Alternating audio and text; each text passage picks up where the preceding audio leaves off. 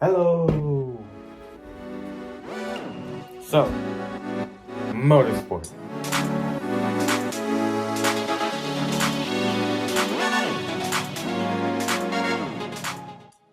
Right, these little cars on a racetrack. Maybe they crash. Maybe they make a pass. Maybe that's it. You think that's all? You think that's all there is to racing?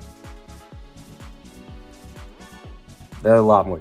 With how long cars and car racing, especially, have been around, it's changed a lot in a pretty good amount.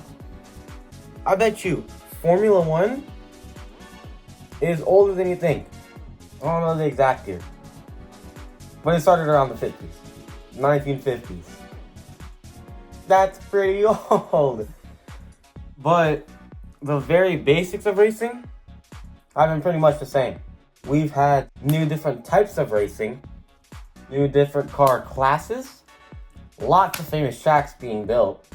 You have discoveries with aerodynamics, engines. Cars were getting faster. Safety was getting way better, which was really neat. But I messed my hair up. Hold up. But if you want the very basics, like just what you should know, you hear the people talking about the good line, tires, fuel. Fuel is kind of self-explanatory, but you get what I'm trying to say. Tracks. I'm not going to be talking about tracks. Maybe in a different video. I have stuff planned. I'm going to be giving the very basics of racing, like what you can know how to expect, how to be somewhat fast, just everything you should know. I'm going to be using GT cars as an example because they're pretty much your stereotypical race cars. Those include the BMW M4, the new Mustang that they have, the 2024 Mustang, the Audi R8, Mercedes AMG GT3, the new Ferrari SF90, all those cars racing GT3. So, let's get to yapping. So, let's start off with something that's pretty easy. Oh my, I'm out of frame. This frame? Nope, that's even worse. Wish I had a budget. Oh my. Oh, this is YouTube life now.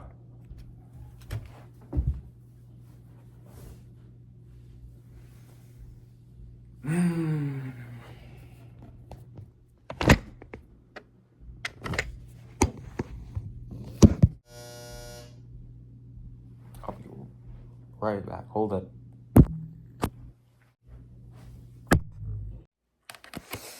So, as we start yapping, let's get to it. The first thing you want to know, you'll see F1, you'll see GT3s, you'll see hypercars, you'll see everybody going through the turns the same way. Let's break that down.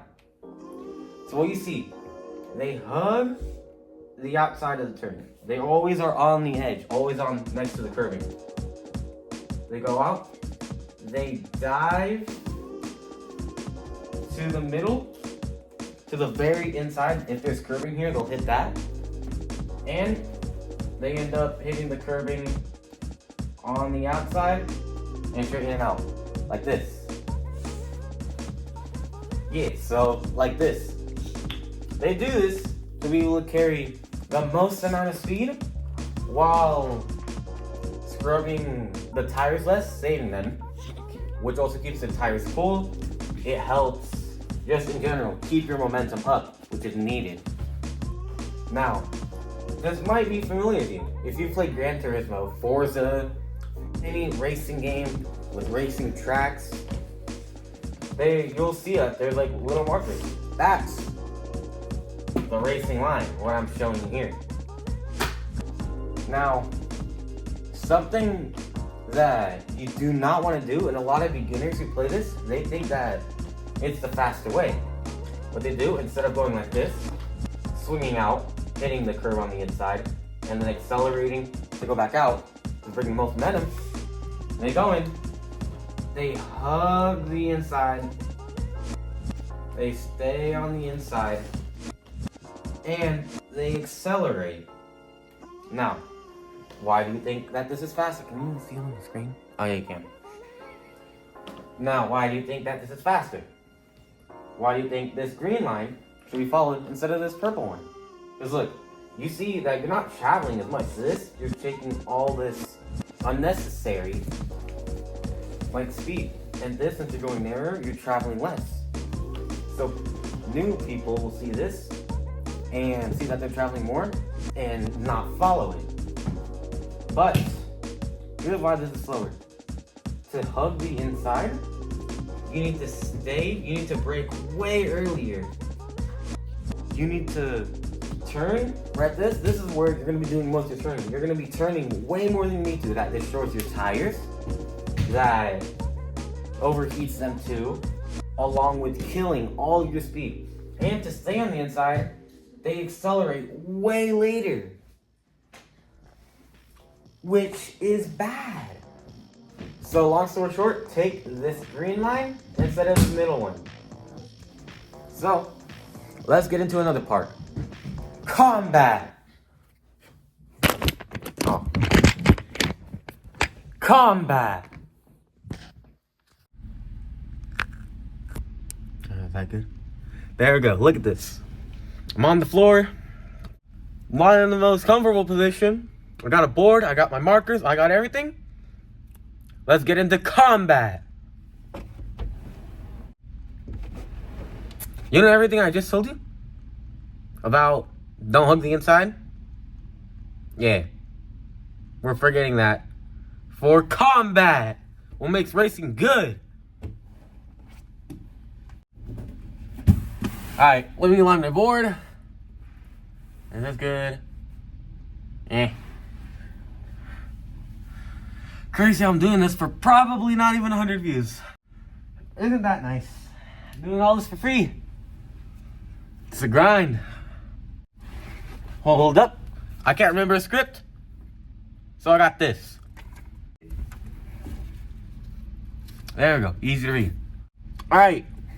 The first thing we're going to talk about is what happens.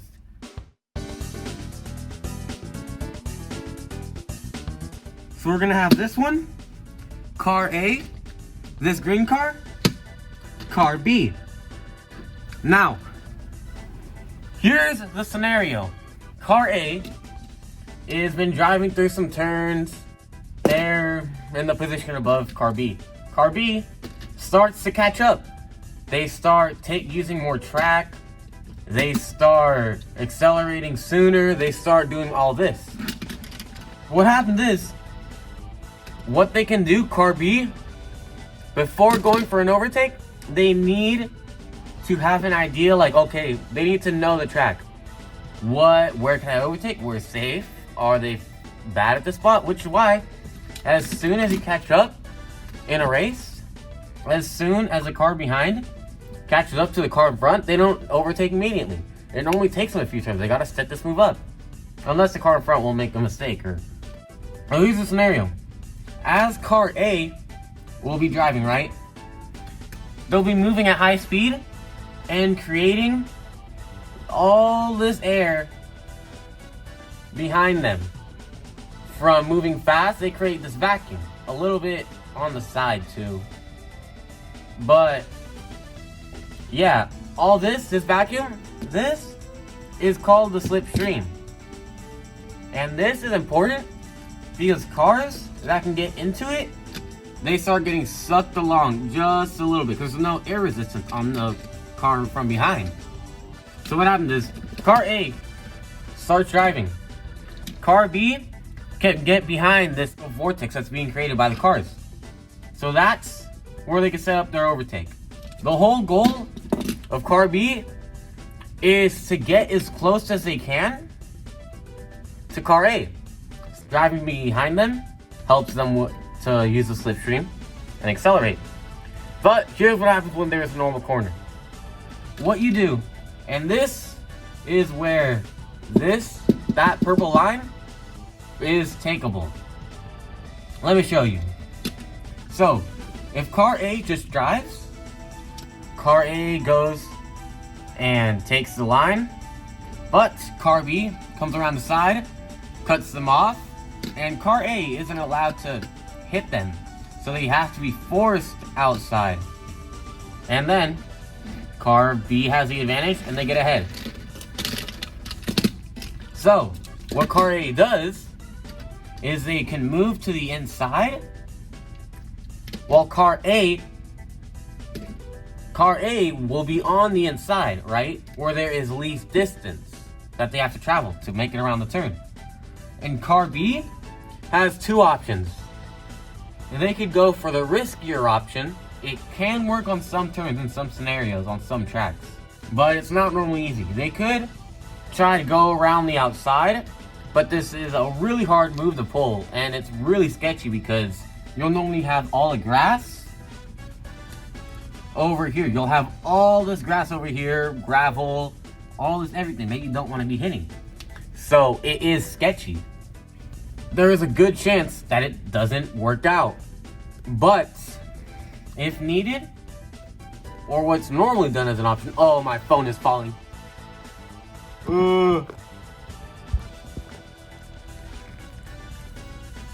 Oh, please stay alive. Oh, this YouTube thing got me upside down, talking to a camera for like 20 views. This better hold up. Please be better.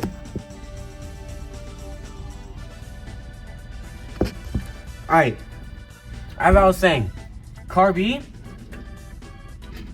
what's normally done is right. Car A is going to be on a compromised line. They're not going to be using all this extra track right here.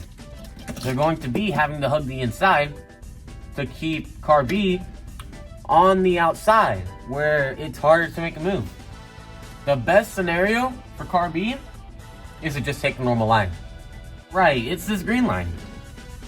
This green line, the normal line, is what car B can take. Car A goes in, they drive. Car B will be taking the racing line and coming in with more speed. And then getting into the slipstream, this little vortex created, and then can pass them on the straights. It's not always that easy. If car B maybe takes a turn, hits a curb wrong, they get on the power a little too late compared to car A, they'll have to just wait it out. But if necessary, if car A can't get away, or they know they're driving, because right now when you're doing this, you got both drivers seeing, okay, where do they brake? Where do they accelerate? Where are they fast? Where are they slow? And then you start thinking, okay, where can I make a move? That's the whole part of racing. You gotta think, and you have to manage pressure and everything. Because car A is going to be like pressured. You see a car driving in your rear view, it gets to your head. Trust me. I didn't think it'd get to my head, but when you're racing online or in real life, it gets to you. They can pull a move. This isn't exactly doable on every turn. It's mainly done on hairpin turns, aka the ones that go and do a 180. So I'm going to draw one of these. You get the idea. So you have car A going in front. What can they do? Here's what car A can do. Instead of going out, hitting the curb on the inside, then accelerating, what they do, car A will decide to go, stay outside, then start turning. They turn in way late, and they give car B all this space. So car B goes in, they takes the space. But here's where the move of the switchback happens. And here's the risk behind this. If car B goes in with too much speed Right, car A is gonna be more around here. They're gonna be over slowing. Car B, if they brake a little too late, they move out here. They take it wrong. They don't get it on the dot. They end up going out here, and they end up being on this part of the track. What that allows is for car A to make the switch back. As soon as they see this gap, they go down, boom. They are the ones with the better exit, leading onto the straight. Car B ends up probably even losing the slipstream from this. Like, this is a bad mistake to make. And this is one of the many moves you can pull. The switchback. But the risk behind it is that car B, if, let's say, this doesn't happen. Let's forget all of this. If car B brakes at the right time, they have the inside. They pretty much cut off all this move that car A wanted to do. They wanted to go down here, but they're stuck on the outside. Car B pulls to the inside, starts going, and car A can't do the move because there is no space. So they get stuck. They end up over slowing for nothing, and they get stuck behind car B, which is definitely a bad thing. But what you can see is drivers sometimes they don't fight, because you see all this fighting that's going on. What this allows is, like, they're taking compromised lines. They're sometimes, if they're dirty drivers or they're angry, they'll be hitting each other. They'll be doing all this, and that allows people that are driving by themselves to take the good lines, while these two aren't. So what they do, if all else fails, or let's say they could fight, but they have drivers ahead of them that they want to catch. So it's the choice of, really, the driver behind is the one who chooses. I'll show you in a bit. But they could either fight it out, fight it for just this position, or help both of themselves out to potentially get another position or a better result. And this is teamwork, or working together in racing. Oh man. Now that I look at it from this angle. Now, what this leads is what they do. You kind of need to build a little bit of trust. We have the cars. They take them wide, but how do they say this? So what happens is, there's a long straight section, right? There's straights. Instead of using a slipstream, overtaking, and then tucking back into the racing line, instead of car B getting into car A's slipstream, instead of getting in to this, using it all, coming around the side and passing them, what they can do, they can use that little bit of extra speed to bump car A, giving them the speed boost. And you would do this because this helps both of you. Oh my.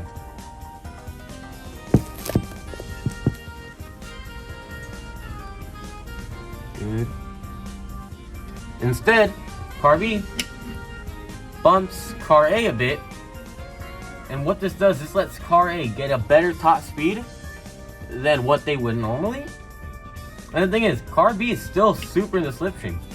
Right here, the closest to the bumper is where you have the most slipstream, and then it just kind of trails off until you get barely anything here.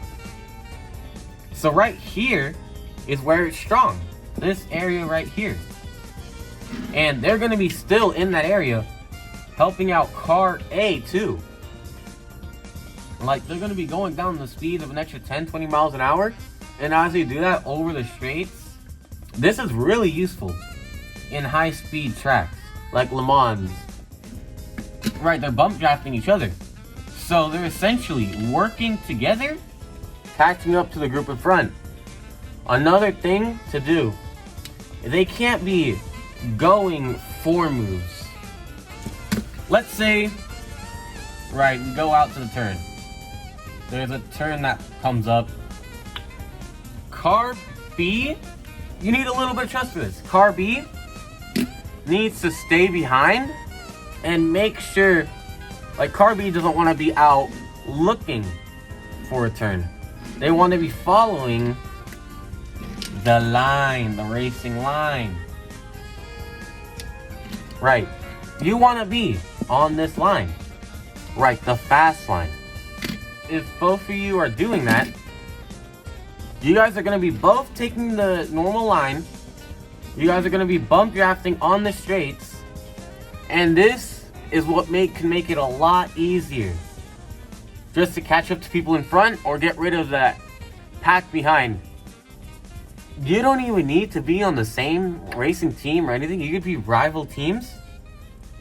But working together like this can, in fact, make the racing a whole lot more cooperative. Even if the guy behind you or the guy in front of you crashed you on the last lap, working together can really make it a lot easier for both of you. But this needs a little bit of trust. Car B needs to make it clear that they're not going to dive in. How do you do that? You just drive behind, make sure when you get into the braking zone, right, you're into the braking zone, you brake a little bit earlier. So you come up, but you brake earlier. Give them this little cushion of air. Give them a little bit of space. You brake back here. And then you'll be driving through, trusting each other, bump drafting each other. But let's say the car in front does make a mistake. Car B should dive in and then go give to the slipstream back. And you guys can just swap position going for that. Or if car A is going slower than car B could go, they could just go like that. And that's definitely another one of the most interesting things just about racing in general. Like, it's not about being the fastest driver. Like, you could beat drivers that are faster than you if you can defend, manage pressure, or you've had the best strategy. And coincidentally, that's what this next chapter of this video is gonna be about. So let's talk about that.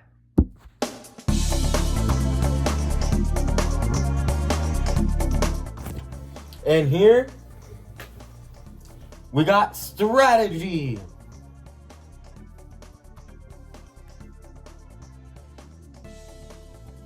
So, before you even get into the race, you have to have a game plan. Okay, what tire am I going to choose? This or that? And this is where we break it down. You have soft, medium, and hard tire. These are your usual options. You also have wet tires too, but those are really only for the rain. But you have soft, medium, and hards. So, what do they all do? They're all different. Some of them... Hold up.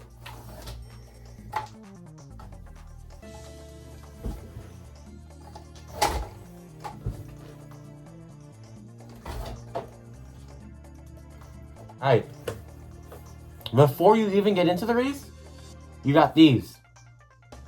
So, let's kind of break them down, what they all do. Soft tires, you can see this kind of little scale. Soft tires take up this area. These, that little lightning bolt, these tires are normally the faster tire. They will give you the most grip. They're the most responsive. And they really, when you have these on, these are normally the faster tire than these two. But the thing is though, these burn out the quickest. These die the easiest. So if you do end up using these at the beginning of, let's say, a 6-hour race, you will have to go for a pit stop. And if you put them on again, you'll have to go for another pit stop a lot earlier. And so on and so on. So you normally don't see this as a crazy common occurrence. But then you got hard tires. They're the complete opposite of soft tires. These are made to last you as many laps as possible. They're also meant to just be the most durable. They are not anywhere near as fast as soft tires, but they do last you a while. And while other people, soft tires have died, you will still have a good amount of grip that they don't have because their tires are dead. And then you got the right middle, medium. They're not as fast as the soft tires or as durable as the hard tires. They're kind of like a bit of a blend between both. In short, fast, durable, and a blend between. Let's get into a pretty easy one. Fuel.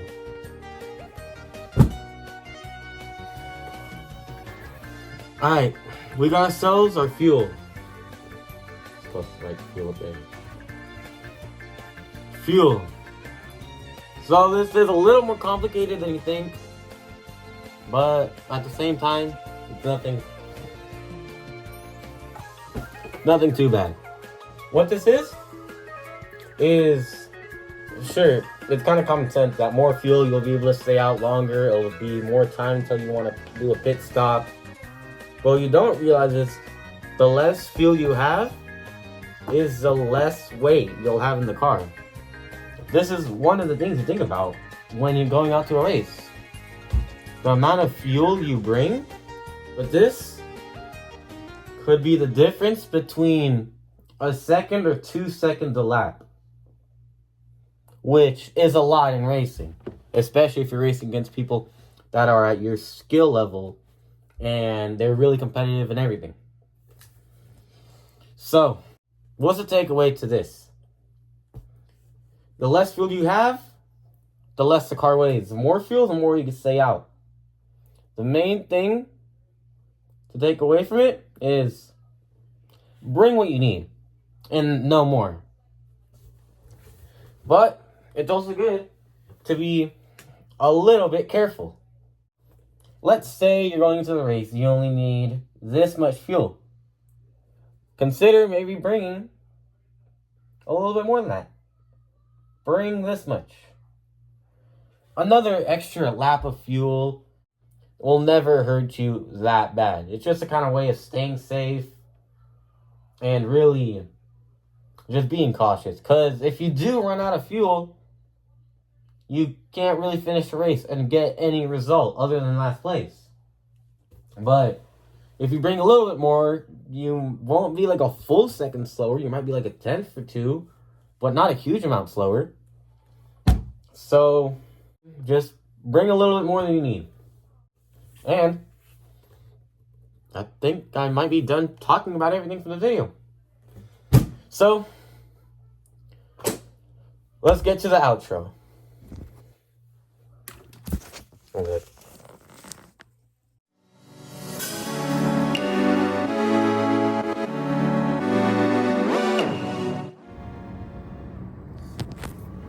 Alright, so I would really like to end this video.